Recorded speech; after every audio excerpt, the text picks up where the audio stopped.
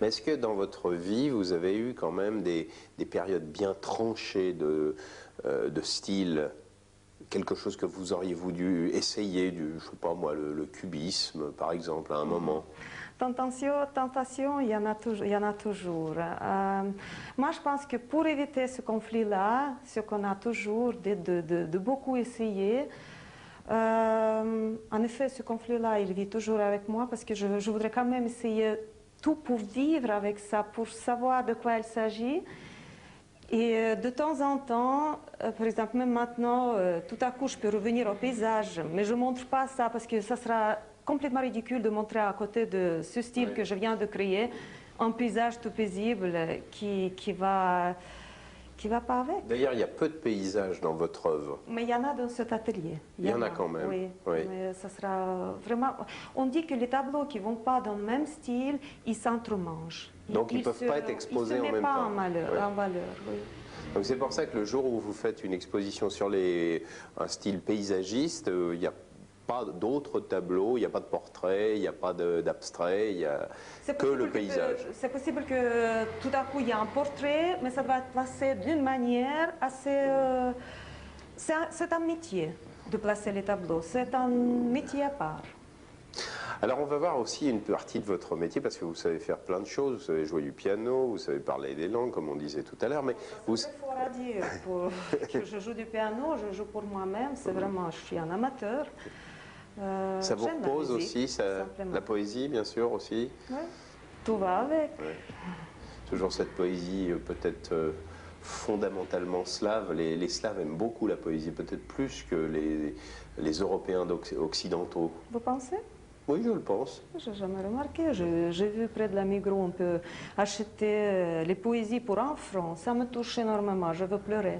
Ah, vous voyez, la sensibilité slave. Ça m'étonne qu'il y ait beaucoup de gens qui pleurent en voyant le prix de ces poésies devant en effet, la grande surface. J'ai vu ça à la Migros, un homme qui vend ses poésies pour 1 franc. Ça me touche énormément. On va voir ce que vous faites également avec une élève, puisque vous professez un petit peu, si on peut dire que le métier d'artiste peut s'apprendre ou se passer. Sinon, peut-on donner des trucs pour travailler, des leçons à partir desquelles on peut se laisser libre cours à son imagination. Alors, passage maintenant à une autre activité qui est l'activité un petit peu didactique. Vous enseignez, bien sûr, alors quelques images avec votre élève auquel vous êtes en train de transmettre une passion.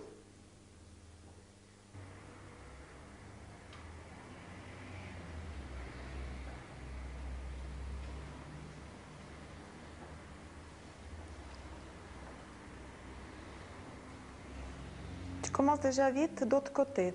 Comme ça, tu verras si ça vaut la peine de continuer. Déjà, à ce moment-là, tu peux réfléchir. Est-ce que la mise en page, elle est juste ou pas? Non, oui, il faut le mettre un peu à gauche. Un peu les ombres au milieu pour te donner les formes.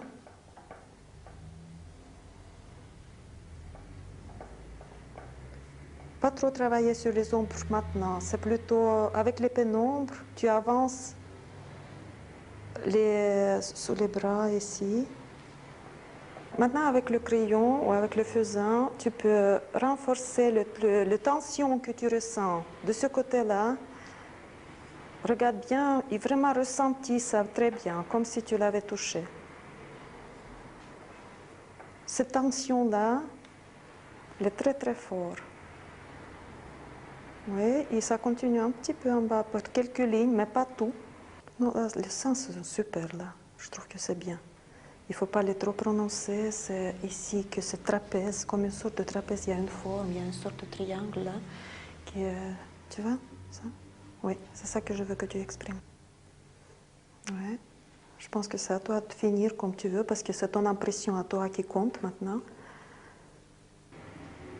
Peut-être plisser les yeux. Est-ce que tu es content? Tout. D'habitude, je conseille à mes élèves de commencer avec un faisan. Comme la base de la peinture et tout ce qu'on fait, le dessin et tout, c'est le dessin quand même. Colorer et tout ça, ça vient beaucoup plus après. Et avec le faisan, même si ça salit beaucoup, mais on a une sorte d'aisance qui vous donne l'assurance de pouvoir réussir. Parce que c'est une poussière très légère que vous pouvez, par un seul geste, d'enlever ou bien le déplacer. Et ça fait que toutes vos erreurs, c'est les atouts à la fin. Parce que ce qui se passe avec quelqu'un qui commence à dessiner, un enfant qui essaie de copier quelqu'un qui dessine bien déjà, c'est qu'il essaie d'imiter ou de bien faire. Et là, on perd cette spontanéité et on a aussi toujours peur de ne pas réussir. Et comme tout le monde le sait, psychologiquement, dès qu'on a peur, on est crispé et on arrive nulle part. Nulle part. Alors moi, j'aimerais bien savoir si vous êtes arrivé quelque part. Je peux regarder maintenant. Hein, je peux regarder. Vous venez de pouvez poser. Regarder, c'est à vous de le critiquer. Je vais regarder le travail et puis je vais voir si je dois vous donner des leçons. Aïe, aïe, aïe, aïe, aïe, aïe, aïe. C'est ça, moi? C'est moi, ça? Non mais alors attendez, j'ai le front beaucoup trop intelligent là. Je vous ai vu comme ça. Ah, vous m'avez vu comme ça, merci. Il me manque quelques cheveux, là, j'ai l'impression d'être un petit peu plus chevelu. Bon. C'est pas un problème. Un petit coup de crayon et le cheveu sera sur la place. Ouais, finalement, je me sens là sur ce portrait peut-être même plus jeune et sémillant que je ne suis, en réalité. Est-ce que les hommes et les femmes... Parce que quand on se regarde dans le miroir, on a seulement un aspect de soi-même, oui. Tandis que les gens autour de vous, ils vous voient différemment. Moi, je pense qu'il ne faut surtout pas juger tout de suite son portrait-là. Il faut vivre avec pendant quelques temps et après me dire ce qu'on ressent. Exactement. Donc je vais re-regarder l'émission de télévision qui va passer en boucle, bien sûr, comme ça, à la 10e fois, j'aurai l'impression de me reconnaître. Et puis, il ne faut pas oublier que pendant cette émission, moi, je n'ai pas eu ni assez de temps, ni lumière juste pour regarder tous les ombres, parce que vous avez trop bougé. Ah bah oui, pour se concentrer, parler et se concentrer sur le portrait, c'était très dur. Ouais. Et puis, voilà. Bon. Bah, écoutez, Ludmila, je vous remercie infiniment, parce que je suis quand même très content. C'est la première fois qu'on me fait mon portrait. Là, j'étais en train de me promener au bord du lac, et puis, pourquoi pas, vous voir, vous rencontrer, et puis rester pour l'éternité.